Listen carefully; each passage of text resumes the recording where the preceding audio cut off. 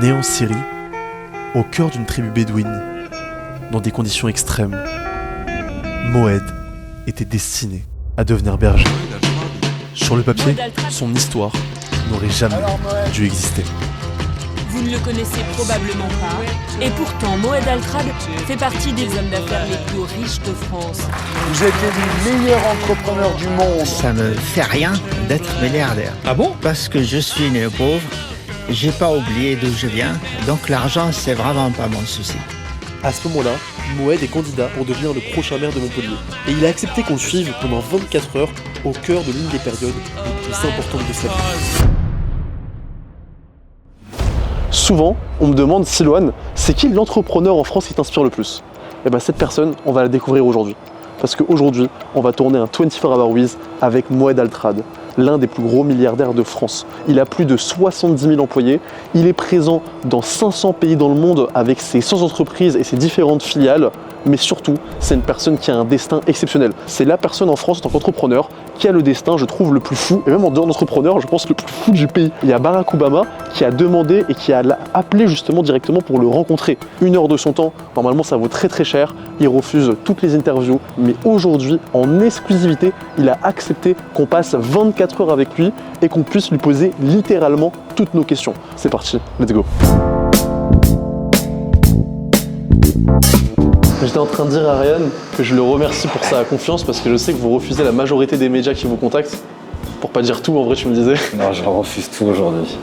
L'objectif, c'est pas de le montrer tout le temps, en fait, c'est juste de montrer quelque chose qui est sincère, qui est vrai. Donc, l'objectif, c'est de faire ça avec des médias les plus qualitatifs possibles. C'est pas de faire un petit shooting et merci, au revoir et de montrer une partie de sa vie. L'objectif, c'est de montrer la totalité de ses journées qui sont quand même très remplies. Et moi, tu vois, ce que je me disais, l'objectif de la vidéo, c'est de faire quelque chose sur lesquels les gens pourront revenir même dans 1 an, 2 ans, 5 ans, 10 ans, et que ça laisse justement un peu à notre humble niveau, genre, tu vois, mais un peu une trace de transmission qui va pouvoir peut-être inspirer d'autres personnes, tu vois, au fil du temps, et même qui plus tard reviendront sur son parcours, qui voudront en apprendre sur ce grand monsieur et qui reviendront là-dessus. Tu vois.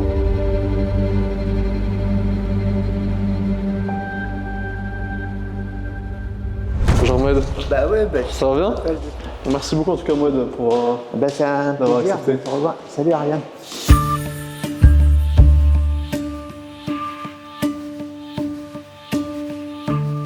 Ryan il m'a dit aujourd'hui on peut te poser toutes les questions qu'on veut. Oui. Je sais que t'es pas trop classement, etc. Mais t'étais la 23e ou 20e fortune de France, c'est ça? Probablement. Aujourd'hui ta fortune elle s'estime à peu près à combien? Donc,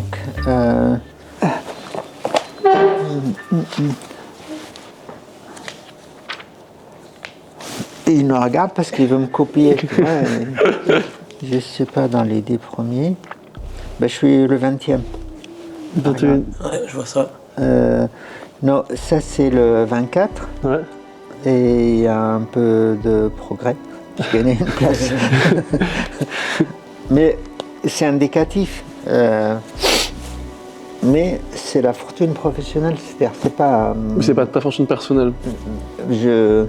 C'est la fortune du groupe Altrad. Qui a un peu plus de 6 milliards. Que je possède à 100%. T'as 100% du groupe? Oui.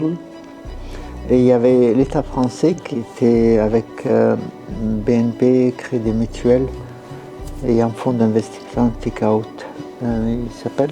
Ils avaient 20% du groupe de 2011 à 2022. Donc j'ai acheté. Donc, quand tu les as fait rentrer, tu savais déjà que tu allais les racheter? Oui. Ouais, c'est dans ta stratégie. Enfin, c'était l'intention, quoi. 2011, ils ont injecté 150 millions. Ils sont partis avec 650 millions. Et donc c'est le meilleur investissement qu'ils aient jamais fait, quoi. Et aujourd'hui, il y a combien d'employés du coup dans le groupe Altrad? 70 000. Répartis dans combien de pays? Une centaine. Donc une centaine de filiales dans le monde un petit peu. Bah, on a des filiales dans à peu près 50-60 pays.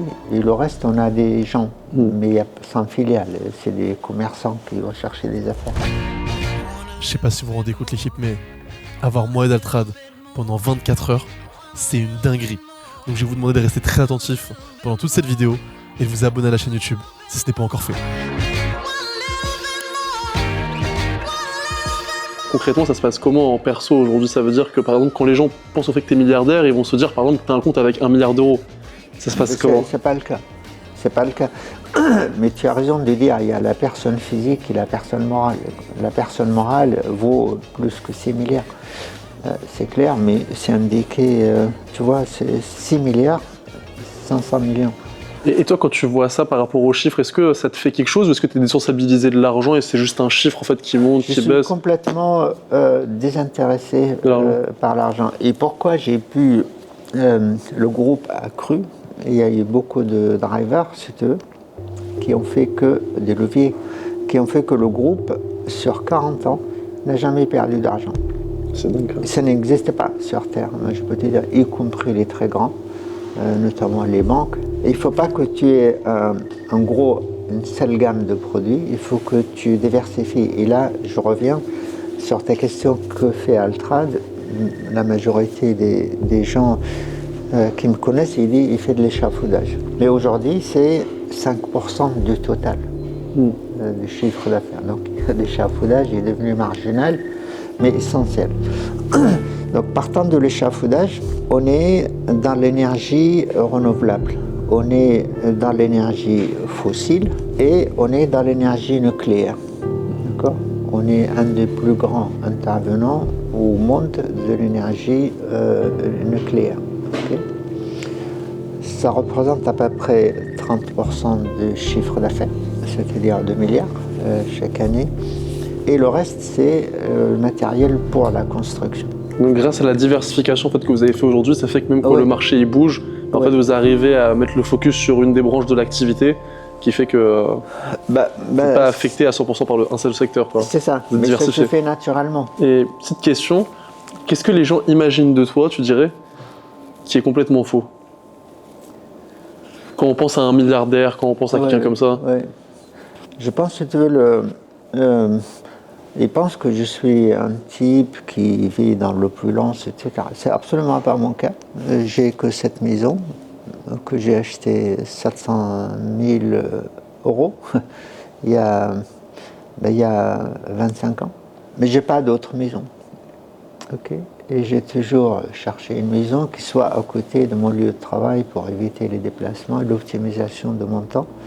Parce que, je vais le dire pompeusement, j'ai pas assez de temps. J'ai pas de temps pour moi, en gros, donc je travaille. Certes, j'ai de belles voitures, mais voilà, ça se limite à ça. Alors, les milliardaires, ils ont des avions privés de classe, ils ont des voitures, ils ont des résidences, ils ont plein de trucs, quoi. Donc, la majorité des gens, ils pompent le groupe se distribuant des dividendes, ils le mettent de côté en disant si jamais il m'arrive quelque chose, j'ai toujours ça. Tu comprends? Et moi, j'ai pris le risque, finalement, entre guillemets, mais je le maîtrise. C'est que la richesse, l'évolution du groupe est importante dans ma vie. Okay. Et que c'est vrai que de temps en temps, je me distribue quelques millions d'euros, quoi, tu vois. Mais ce qui représente très peu en termes de pourcentage par rapport à ce que vous faites en fait. Même pas 0,5%. Donc, et tu as fait le choix de rester en France en plus, à Montpellier. Oui. Le siège social est toujours resté à Montpellier. C'est le seul grand groupe de France qui est en province encore, quoi. Et en parlant un petit peu de Montpellier aujourd'hui, et c'est une période assez spéciale, donc du coup tu t'es présenté donc, comme candidat à la mairie de Montpellier. Mais ça c'est intéressant comme question parce que j'ai des valeurs. J'ai des valeurs. La France et plus particulièrement Montpellier m'ont aidé à apprendre le français, à faire des études et à faire mon groupe. Donc il faut que je sois reconnaissant. Et donc j'ai fait une première tentative pour être maire de Montpellier. C'est une offre qui a été rejetée finalement parce que j'ai eu presque autour de 20% quand même, juste sur mon nom propre. J'appartenais à aucun parti. Pas de parti politique Non, parce que la notion de gauche-droite, c'est selon tu es riche ou pas. mais ça peut être faux. Il faut déconnecter la richesse de la nature de la personne. Et comment tu résumerais un petit peu toi ton idée un petit peu politique pour Montpellier en une phrase? C'est lié, si tu veux, au fait que tous les hommes politiques de France, et à mon avis d'ailleurs, ils ont deux problèmes. Le premier, c'est que leur raisonnement est dogmatique. Mon rôle en tant que politique, c'est de servir les gens au mieux. Ils décident que le tram, la ligne numéro 5, qui ne passe pas dans tous les quartiers de la ville, c'est une bonne chose pour la population. Deux, ils prévoient un budget et que tout le temps, et ils dépensent une fois 25% de plus minimum. Qu'est-ce qu'ils font? Ils vont pomper les gens. Ils vont mettre en plus, ouais. Donc au lieu de les servir, on les appauvrit. La deuxième chose, c'est que dès qu'ils arrivent, leur niveau de vie change. Et bien tout d'un coup, il avait avant peut-être 2000 € de rémunération mensuelle. Là, combien? Il a 1,7 million sur un mandat. Et tu vois, donc ce n'est plus la même rémunération. Donc ils s'habituent à ça, ils se battent pour ça. Moed, il nous parlait de scaling, de comment il est passé à avoir plus de 70 000 employés et comment il les manage. Et aujourd'hui, je sais que vous en êtes beaucoup à me suivre, où vous êtes des personnes qui soit voulaient lancer un business, ou soit vous avez déjà un business et vous avez envie de le scaler. Et quand on veut scaler son activité, l'une des choses qui est essentielle, c'est d'avoir les bons outils. Et aujourd'hui, moi personnellement, j'ai envie de vous partager quelque chose que j'utilise. Cet outil-là, ça s'appelle InCard. InCard, c'est une néobanque qui vous permet en fait de pouvoir centraliser vos finances. Vous pouvez le connecter directement à toutes les différentes applications bancaires. Et surtout, vous pouvez avoir plein d'avantages, comme par exemple avoir du cashback sur toutes vos dépenses en pub, tous vos voyages d'affaires, etc. Et ce que j'aime chez eux, c'est que c'est un produit qui a été créé par des entrepreneurs pour les entrepreneurs. Donc c'est pour ça que moi-même je l'utilise et c'est pour ça que j'ai voulu absolument les avoir comme partenaires officiels sur les épisodes 24 Hour With. Si vous voulez en savoir plus sur InCard, tout ce que vous avez à faire, c'est à cliquer dans le lien en description et on se retrouve tout de suite avec Moed Altrad. Est-ce que tu peux nous parler un petit peu, pour les personnes qui ne connaîtraient pas ton histoire, parce que c'est vrai, souvent on entend parler des chiffres du groupe, des choses comme ça, mais un petit peu comment ça a démarré, juste tout début de ton histoire. Tu avais été élevé du coup par ta grand-mère? Ça c'est, oui, parce que la mère était malade, etc., avec des problèmes. Elle aurait souhaité ne pas avoir tout ça, quoi. Mais elle est morte très vite. Ouais. Et le père, c'était pas son sujet non plus, quoi. Dès que tu es né, rapidement, tu es pas dans la rue, parce qu'il n'y a pas de rue, mais tu es dans la nature, en fait. Tu cherches à jouer avec d'autres enfants, mais il n'y a pas de jouets, donc on se débrouille pour survivre. Et même la nourriture, la tribu, voilà, comment ils vivent. Et ils s'arrêtent à des villes ou des villages et ils échangent des animaux contre de la nourriture, en fait. Ou alors ils font des vêtements, des tapis, des choses comme ça, ils les vendent et puis ils achètent de la nourriture. J'ai grandi avec la grand-mère qui a été décrite dans le désert. Quelque part, la disparition de la mère, le rejet de père, fait que il faut que tu es obligé de penser à toi et qu'est-ce que je vais devenir. Mais c'est pas le fruit d'une réflexion, quoi. Tu marches, tu dis, je peux me faire piquer par un serpent. Mais c'est pas quelqu'un qui va dire fais attention au serpent, mais naturellement tu le fais. Donc quelque part c'est un miracle, quoi. Tu passes un obstacle, puis un autre, puis un autre. Mais au moment de franchir l'obstacle qui est vital, tu réfléchis pas à l'obstacle en fait.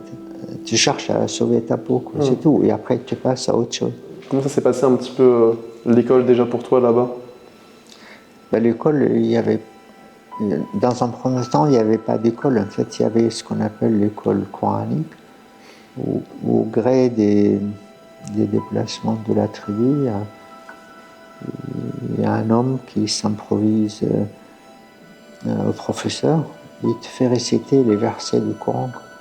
En fait, c'est pas lire, mais tu répètes et puis tu finis par apprendre ce qui est écrit, en fait, à défaut de pouvoir lire. Mais j'avais vu justement dans le livre à un moment donné que tu parlais d'une anecdote avec tes camarades de classe qui, eux, au début, justement, plutôt En fait, vous voyez une différence vu que tu venais pas de base de l'école et dans le désert, etc. Tu peux nous expliquer un petit peu? Parce que j'ai l'impression que ça avait été un point clé aussi de ton histoire. À partir de ce jour-là, il y a quelque chose qui a switché. Et un jour, donc, j'arrive à être le meilleur de cette classe. Et mes camarades m'invitent à aller faire un tour dans le désert. Et c'est là où il y avait un piège qui est décrit. Et creuse un trou dans le sable et ils te prennent, ils te mettent la tête en bas et ils te mettent du sable. La tête en bas? Ouais. Et là, en fait, tu apprends ce que c'est la survie, quoi, en quelque sorte. Et que tu vois la mort, en fait. Et c'est là où tu trouves des ressources d'énergie en toi qui font que tu vas survivre, tu vas échapper. En fait, ce qu'il y a de ouf avec Moued, c'est que tu sais, souvent les gens ils disent moi je suis parti de rien. Par exemple, je suis parti d'un quartier où je suis parti, j'étais pauvre, etc. Mais lui, Moued, il est parti de moins en fait que rien, tu vois. Il est parti vraiment en fait en dessous de zéro. C'est ouf ce qu'il expliquait, genre tu vois, par rapport à son histoire, qu'aujourd'hui, son histoire c'est quand même, il est né d'un viol, tu vois. Son père, il a tué son frère, il a tué sa mère.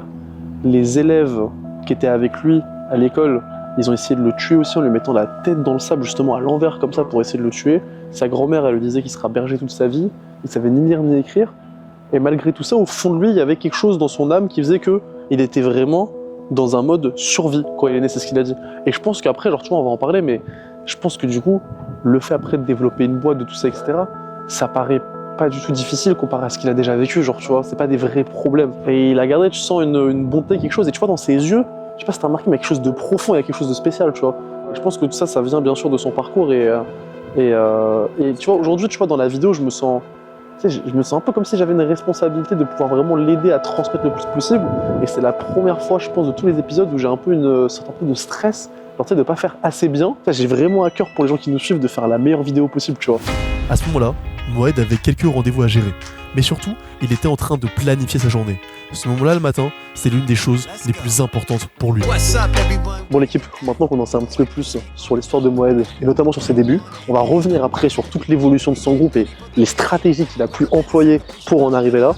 Mais avant ça, on va aller le suivre pour un rendez-vous qu'il a, et on va lui poser des questions sur le chemin. Là, ils vont prendre directement le tramway, et je vous le dis vraiment, genre, il n'y a rien qui est scénarisé aujourd'hui. J'ai voté pour vous, les élections précédentes.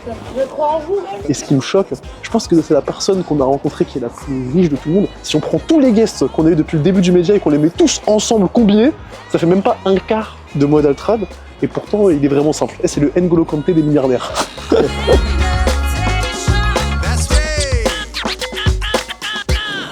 Sauf comment il est chill, tu sais, il parle avec les gens, il est tranquille. En fait, tu le mets n'importe où, il discute avec tout le monde. Mais que ce soit à Paris, que ce soit dans d'autres pays, etc., il discute toujours avec une sociabilisation qui est ouf. Et qui est vraiment, c'est sincère. Ah, c'est sincère, là, je le vois. Ça fait plaisir de vous voir. Moi aussi, ça fait plaisir.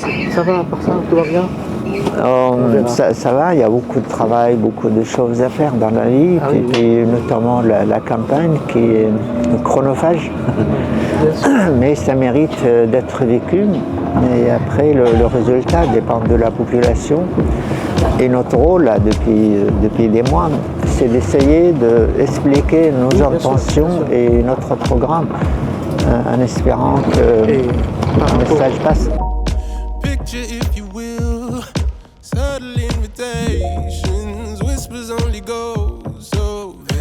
Toi, aujourd'hui, quand tu te balades un petit peu comme ça dans Montpellier, ça te rappelle des souvenirs d'époque, de quand t'es arrivé ici? Oui, Montpellier, à l'époque, ça monte quand même à quelques décennies.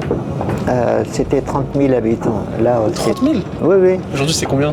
310 000 à peu près, quoi. Okay. Donc, c'est multiplié par 10. C'est une ville cosmopolite. Donc, c'est une richesse, je considère, ce mélange de cultures. Et chaque culture apporte quelque chose qu'on n'a pas dans notre culture. Et puis, logiquement, si on est gouverneur de cette ville, donc maire, on doit capitaliser sur ça parce que c'est une richesse. Est-ce que tu te rappelles un petit peu d'une anecdote ou d'un souvenir quand t'es arrivé à Montpellier, toi, à l'époque? Le souvenir, c'est que je ne parlais pas le français. j'étais dans la difficulté. J'ai jamais pris l'avion dans ma vie. Tu t'es dit quoi quand t'es arrivé? J'avais une image de la France qui était erronée en fait. J'imaginais qu'il n'y a pas de pauvres en France. À peine sorti de l'aéroport, il y avait des gens, je ne savais pas que c'était des clochards quoi. Et ils étaient agressifs, ils étaient fous et ils te demandent pourquoi tu les regardes avec la bouteille à la main quoi.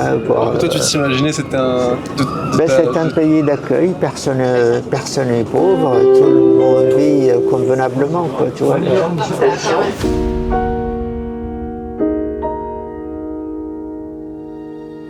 Je suis arrivé vers minuit de Paris et je voulais trouver un hôtel et finalement j'ai fait court. J'ai trouvé un hôtel qui s'appelle l'hôtel du commerce qui n'existe plus d'ailleurs et j'ai passé la nuit. Le lendemain je devais trouver l'adresse de la cité universitaire où j'avais le gouvernement syrien parce que le gouvernement syrien m'a donné une bourse. Voilà. Et j'arrive ici et je trouve cette boutique là, regardez, qui s'appelle Monoprix. Monoprix, ouais. Il y a quelques décennies en arrière, ça a été ça, vous voyez. Et donc, qu'est-ce que je trouve devant Monoprix? Un couple qui s'embrasse. Naturellement, ça n'existe pas, c'est une offense en Syrie. Et donc, ça m'a choqué. C'est le problème. T'avais vraiment un choc culturel en fait quand t'es arrivé ici. Un choc culturel parce que il n'y a pas de connexion entre la Syrie et la France. Tu sais ce que je me dis, Moued, quand tu me dis ça, c'est je me dis des fois c'est dingue parce qu'il y a des lieux comme ici, genre tu vois, qui globalement n'ont pas bougé, c'est toujours le lieu physique. Mais entre temps, il y a le temps qui a passé, il y a tout qui a changé, mais en même temps c'est le même lieu. Exactement. C'est dingue, non? Exactement, c'est des choses qui marquent.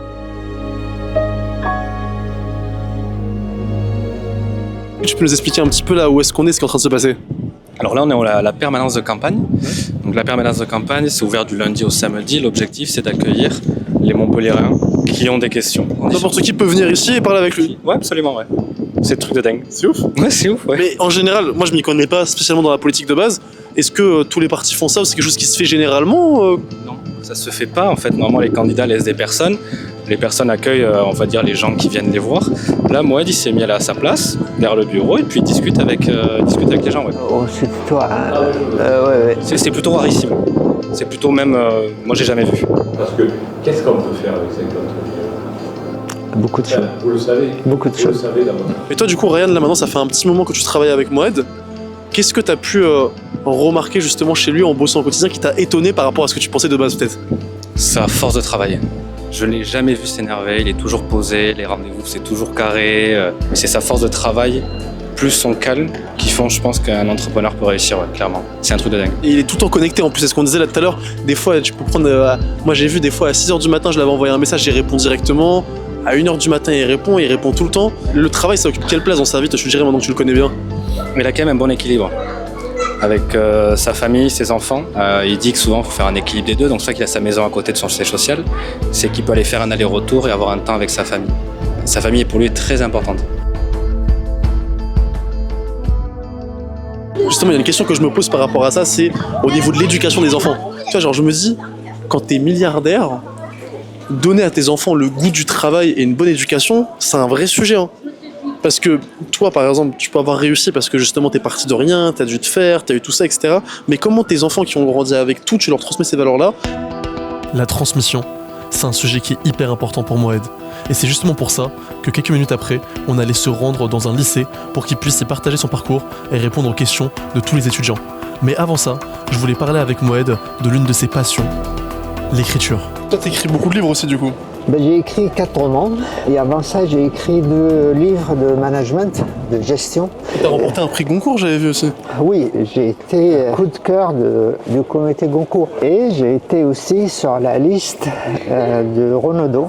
Donc pour un industriel, chef d'entreprise, c'est encore une fois unique, quoi. Ça ne peut pas exister.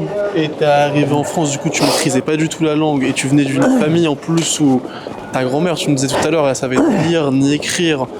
t'étais pas du tout de base à l'école, etc. Et au final, du coup, t'as écrit plein de livres différents, que ce soit des romans, des livres sur le management, de la philosophie aussi, j'avais vu, il me semble. Il y a beaucoup de philosophie dans le roman. Effectivement, il faut trouver des sujets profonds et les traiter. Tu vois, par exemple, la notion de solitude. Et c'est le sujet du dernier roman où le désert en partage, la solitude, c'est le désert. Tu trouves le temps du coup d'écrire justement avec toutes les entreprises à gérer, avec ta famille, t'as 5 enfants, t'as toute ta vie, comment tu trouves le temps en fait de faire les choses? Comme tu es motivé, tu trouves le temps. Vraiment. Le temps, en fait, ça se choisit, ça se priorise. Oui, absolument. Mais du coup, l'écriture, c'est pas un travail, ça devient un plaisir. Et moi, du coup, est-ce que tu peux nous expliquer un petit peu là ce qu'on va faire? Ben écoute, c'est un collège où ma fille a été étudiante en fait ici. Et c'est des anciens élèves, si on peut les appeler comme ça, ce qui est le cas. Eh bien, ils souhaitent me rencontrer. Et c'est quoi un petit peu que tu as envie de leur transmettre justement à la jeunesse, le message que tu as leur passé? Je pense que il faut leur donner de l'espoir, de l'optimisme aussi, parce qu'aujourd'hui, les choses ont drôlement changé et que ce qu'autrefois on projetait de faire avec certitude, aujourd'hui ça devient incertain. Moed a ensuite pu animer une conférence dans le lycée où il a pu répondre aux questions des différents étudiants. Et je trouve ça génial que malgré son statut et malgré tout ce qu'il fait, qu'il prenne encore le temps de pouvoir transmettre à la nouvelle génération. Puis, on s'est rendu avec Moed dans un studio photo où il devait prendre la photo officielle de sa campagne électorale. Mais avant ça, j'avais une question super importante à lui poser. La majorité de notre nouvelle génération, moi j'ai plein d'amis qui font des choses géniales, qui ont 24 ans, 25 ans, 22 ans. Mais le problème qu'il y a, c'est que j'ai l'impression qu'il y a quand même une grosse fuite des talents en France pour des raisons fiscales, d'impôts, de plein de choses comme ça. Et du coup, qui partent par exemple à Dubaï ou dans d'autres pays pour s'expatrier. Qu'est-ce que tu en penses toi un petit peu de cette fuite des talents? Il n'y a pas d'effort sur le plan politique pour retenir les talents, quoi. Le pays n'est pas gouverné, en fait. Où chacun, sachant qu'il gouverne très peu de temps, il pense qu'à lui et surtout, il fait des dépenses qui ne sont pas justifiées pour qu'on se rappelle de lui, qu'il a fait quelque chose. C'est une bataille nulle qui ne mène nulle part, outre que servir les gens qui cherchent à en tirer profit.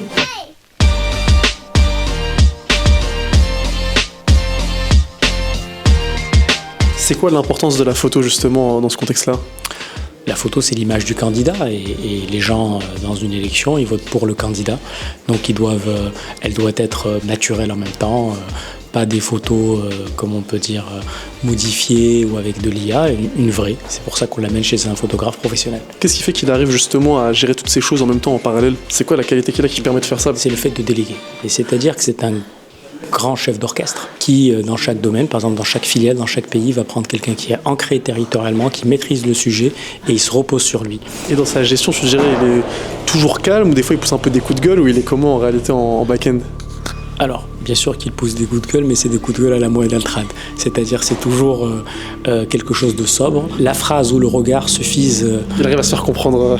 Exactement. Et il y a quelque chose aussi peut-être qui fait sa force, c'est aussi son vécu. C'est-à-dire qu'il n'y a rien qui lui fait peur, il n'y a rien qui le fait trembler, il n'y a rien qui le fait douter.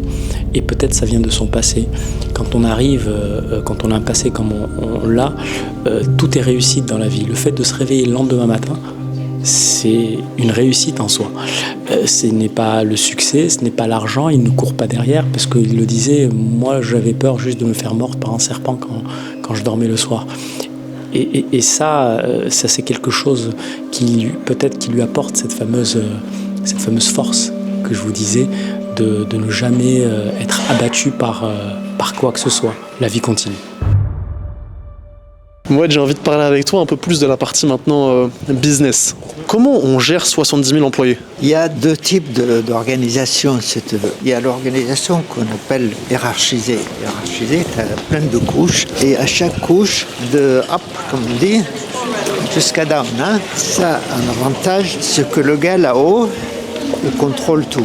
Je prends mon cas, les 70 personnes, ça veut dire que les 70 000 moins 1, ils décident à rien. Il n'y a pas d'initiative personnelle, il n'y a rien. Tu as l'autre organisation qu'on appelle l'organisation matricielle. Tu pars du principe que tu as choisi au moment de recruter une personne donnée, donc tu le payes en fonction de ses compétences, sa capacité, son savoir-faire. Donc il faut lui faire confiance. Comment tu peux lui faire confiance? En répondant à ses besoins personnels spécifiques. Il ne faut pas chercher à gratter sur le dos de chaque salarié en baissant son salaire. Bonjour. Donc tu lui donnes un salaire fixe et tu lui dis si tu peux produire encore plus, mais sans forcément travailler plus, tu auras un bonus annuel, quoi. Donc tu les incentives à la performance en fait dessus, à la productivité plutôt que juste au temps. Exactement ça. Et je suis mauvais. Oh, arrête de manger, oh. Bonjour monsieur. On peut pas partager un peu là. J'ai pas de quoi acheter. Comment allez-vous? Bien, bien. Bonne journée. Du coup, moi j'ai l'impression que n'importe qui travaille vraiment dur aujourd'hui, notamment avec le digital, peut potentiellement devenir millionnaire. Mais milliardaire, c'est un parmi des millions de personnes. Qu'est-ce qui fait la différence aujourd'hui entre un entrepreneur qui fait des millions et un entrepreneur qui arrive à aller au stade de faire des milliards? C'est la réussite, si tu veux. La réussite, dans le sens le plus large, le problème de la quasi-totalité des chefs d'entreprise, tu leur dis pourquoi tu fais ce que tu fais. Okay? Et tu dis parce que je veux gagner de l'argent et voilà quoi. Mais moi je ne dis pas comme ça. Pour moi, l'argent, c'est une conséquence de quelque chose qui s'appelle la réussite. Donc ça veut dire que la réponse de 99% des chefs d'entreprise, eh bien, ils inversent la proposition. S'il est obnubilé par l'argent, il a toutes les chances de ne pas réussir parce qu'il ne va pas intéresser les individus de son entreprise, les salariés, pour faire plus. Tu vois. Un homme motivé vaut au moins deux non motivés. Et donc tu travailles en fait pour la réussite, pour devenir le meilleur et non pas pour gagner de l'argent, et c'est pour ça que tu gagnes beaucoup d'argent en fait. Mais c'est exactement ça. Les millionnaires se concentrent sur gagner de l'argent, là où les milliardaires se concentrent sur réussir. Cette phrase, elle paraît toute simple, mais pourtant, elle est lourde de sens. Parce que si jamais on regarde toutes les plus grandes réussites au monde, et ce, peu importe le domaine, que ce soit dans le sport, avec un Cristiano Ronaldo, ou que ce soit encore même dans la création de contenu, avec un MrBeast, à chaque fois, ce sont des personnes qui sont simplement focus sur être les meilleurs possibles. Et quand c'est le cas, l'argent est alors une conséquence. Et c'est là que ces personnes atteignent le stade de milliardaire. Et petite question, je sais pas si tu aurais une réponse directement à me donner, mais je me permets de la poser dessus. On s'est vu donc du coup quelques fois, je t'ai expliqué un petit peu ce que je faisais mais rapidement, mais si tu avais un conseil à me donner à moi, Silouane, pour réussir dans mes prochaines années, que je devrais un peu toute ma vie garder en tête. Ouais, mais tu vois, si je te donne la réponse à laquelle je pense, tu ne seras peut-être pas content. Ah dis-la moi avec plaisir, au contraire je pense que c'est comme ça qu'on évolue moi. Je dis, prends ce que je dis et prends ce qui te va. Okay. C'est pas la peine que tu te forces pour prendre un conseil qui, au fond de toi-même, ne correspond pas à toi-même, quoi. Tu vois, je te dis beaucoup de choses, tu m'as regardé, il n'y a pas que la parole, tu as regardé mon comportement, la simplicité que j'ai, la modestie qui... Je ne sais pas s'il y a beaucoup de milliardaires qui sont, mais tu vois, moi j'ai pas de garde de corps, je suis un homme quelconque en fait dans ma vie de tous les jours. Ce soir je rentre, je suis pas sûr qu'il y a des choses à manger, mais je vais me faire des pâtes, si je mange des pâtes avec de la sauce tomate, Ouais, pesto moi. Ouais, ça c'est une condition, sinon ça marche pas. Mais même en faisant tout ça, il faut prendre en considération les événements de la vie. Tu peux faire tout ce que je te dis, mais tu n'es pas à l'abri. Tu n'es pas à l'abri d'une chute fatale. Pourquoi? Parce que tu peux être l'homme le plus riche, le plus célèbre, que ce que tu veux. Mais demain, tu peux te trouver sans rien. Parce que c'est la vie, c'est la fatalité, quoi. Donc il faut garder, il faut que ceux-ci, ils sont partis par là. On a droit devant. Toi, je vais te voir là. Je sais. Vas-y. Merci Maud. C'est-à-dire que tu te retrouves en face de toi-même à un moment donné dans la réussite ou dans la défaite, finalement. Le combat dans la vie, et le combat dans la vie, il ne faut jamais la mener contre les hommes. Il faut la mener contre la vie. Contre la vie ? Ouais. Et toi, petite question, moi, avec tout ce qui t'est arrivé dans la vie, et ce qui s'est passé, est-ce que tu crois en Dieu ? Je ne l'oublie pas. Je vis... j'ai mon sac, je le prends, mon sac à dos plein, tu vois, de ce que j'ai vécu, ce qu'on a raconté ce matin, la misère dans laquelle j'ai vécu, le mauvais traitement, la perte de la mère. Elle est morte à 12 ou 13 ans lorsqu'elle a été violée par le chef de la tribu. Je ne l'oublie pas. Et tu regardes, tu dis, cette femme qui est ma mère, ben c'est quoi sa vie finalement? C'est une quantité négligeable. C'est tout. Et ça, tu ne l'oublies pas. Et ce regard, elle est morte dans la nuit. Et avant, le même soir, j'étais la voir. J'étais dans la même tente. Et elle a demandé à me voir. Et elle a pris ma main, elle était chaude. Et elle m'a glissé quelque chose dans la main qui est un bonbon. Ça reste. À ce moment-là, je vous avoue, l'équipe, que je savais plus trop quoi dire. Je savais plus trop où me mettre. Et j'ai ressenti tellement d'émotion dans les yeux de Moed à cet instant-là. C'est comme si j'avais vu tout son passé défiler dans ses yeux en l'espace de quelques secondes. Et tout ça, ça m'a amené à me poser une question. Comment, concrètement, de là où il est parti, a-t-il pu devenir, grâce à son groupe, l'une des plus grandes fortunes de France? Au point même qu'il en soit aujourd'hui devenu le sponsor avec les All Blacks au rugby et qu'il ait racheté le club de Montpellier. C'est le même pour le rugby ou c'est un autre stade? Non, il y a des stades différents. Le rugby, c'est en top 14 et le foot, ils sont en Ligue 2. Ils sont en Ligue 2 là maintenant, Montpellier là? Ouais. Ils sont descendus cette année. On va reprendre le club de foot aussi, hein. Il faut faire quelque chose à moi là. Ouais, mais tu veux me faire dépenser de l'argent. Hein. Non, c'est combien le club français Montpellier? Les clubs de rugby, le modèle économique est structurellement déficitaire, quoi. Donc il faut des mécènes, en gros. Hein. Et si tu prends les 14 clubs de top 14, tous sont déficitaires. C'est pour ça que le mot investissement n'est pas approprié, parce que investissement signifie retour sur investissement, mais il n'y aura pas de retour.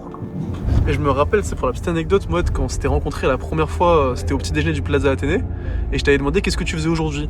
Et tu m'avais dit, j'ai mes deux équipes qui s'affrontent, etc. Et moi, j'avais pas fait le lien, je savais pas exactement ce que tu faisais au niveau du rugby en dehors de Montpellier.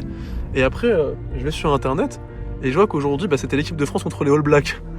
Et tu m'en avais parlé, mais je me suis dit que c'était deux petits clubs de quartier qui devaient peut-être sponsoriser, genre tu vois, à côté. Non, mais si tu veux, les montants annuels que je dépense dans le rugby, All Black, équipe de France et Montpellier, je sais pas, c'est 60 millions par an, quoi, tu vois. Mais ils te ramèneront jamais rien. Par contre, il y a ton nom sur le maillot, quoi. Alors, comme tu es homme de communication, qu'est-ce que ça vaut ton nom? Est-ce que ça vaut 60 millions? Le calcul, le retour sur investissement, c'est impossible à faire. Mais en tout cas, pour être honnête, c'est pas négatif, tu comprends? Depuis que tu as investi au rugby, je ne sais pas s'il y a un lien ou pas, mais tu as doublé de chiffre d'affaires. Oui. Ouais. C'est quand même intéressant. Mais comment tu vas établir que là et là, oui, c'est ça, la corrélation. Nous, on a la chance d'avoir à Montpellier un groupe qui était tenu à 99% par Moed Altrad, pas par des subventions, quelqu'un qui est montpelliérain, qui est français et qui concourt à collecter ses impôts et à payer ses impôts en France. Et le résultat, si tu veux, avant impôt d'Altrad est de 700 millions, quoi. C'est parce que Moed Altrad ne distribue pas de dividendes. Il ne fait que réinvestir. Donc en général, l'investisseur vaut son retour sur investissement par des dividendes. Tu recycles l'argent, si tu veux, et c'est du gasoil pour l'outil Altrad, quoi. Et t'as combien de masse salariale sur le groupe Altrad? Parce qu'il y a 70 000 personnes. Moi, je dirais 2 milliards. C'est pas impossible. 2 milliards par an de masse salariale? Donc après 200 millions par mois? Écoute, si chaque jour je gagne moins de 27 millions, je fais faillite. Chaque jour, hein, je prends les jours ouvrés. Quoi. Si je fais moins à peu près de 600 millions par mois, je fais faillite. Ouais. C'est ouf. Pour maintenir sa croissance, le groupe Altrad doit faire minimum 600 millions d'euros par mois. Et le plus fou dans tout ça, c'est que ça a démarré avec un produit auquel personne ne s'intéressait. Parce que de base, en plus, toi, les échafaudages, c'était pas du tout un produit avec lequel tu étais familier, tu disais, ou quoi? Oui, c'était facile. C'était facile, par contre, comme produit. Voilà, exactement, et facile à fabriquer, et que le plus important, que c'est un produit nécessaire à la vie. Tu peux pas faire des constructions sans échafaudage. Donc il y avait une profondeur de marché qui était très grosse. C'est le monde entier, quoi. Il n'y a qu'à Montpellier qu'il n'y a pas d'échafaudage. ce qui est vrai d'ailleurs, c'est-à-dire que la collectivité... Et on est boycotté. Voilà, n'ont jamais acheté de produits Altrad. Jamais. Pourquoi? Mais parce qu'ils veulent me paralyser, quoi. Je m'en fous. Il n'a pas besoin d'eux, mais la première chose, c'est qu'il faut faire local. On va faire quoi, Ryan, là? On va aller boire un petit café avec les gens de la Paillade. À ce moment-là, on s'est rendu au quartier de la Paillade, à Montpellier. Et j'en parlais avec les habitants du quartier, et ils me disaient que ce qui les étonnait, c'est que souvent les politiques, quand ils viennent, ils font juste un petit rassemblement autour d'eux, ils parlent, ils font des grands discours, et après ils repartent. Mais ils viennent pas réellement voir les habitants. Et ça, c'est exactement ce qu'a fait Moed. On s'est posé, boire un thé, on a parlé avec les gars, après on allait manger à un restaurant avec d'autres personnes, et Moed a pris le temps d'écouter les problématiques de chaque personne. Déjà de venir parler avec tous les habitants de Montpellier, déjà c'est un point positif. Et ce que fait M. Altrad, c'est totalement différent en fait. Lui, il est à l'écoute, il essaie de comprendre ce qui ne va pas et il veut essayer justement de les amener là où il faut les amener. On vous soutient, on est derrière vous, on est là. Et je pense que c'est ça qui a de fort avec lui, c'est qu'il arrive à être à la fois dans l'immensément grand et à la fois à l'écoute avec chaque personne qu'il rencontre.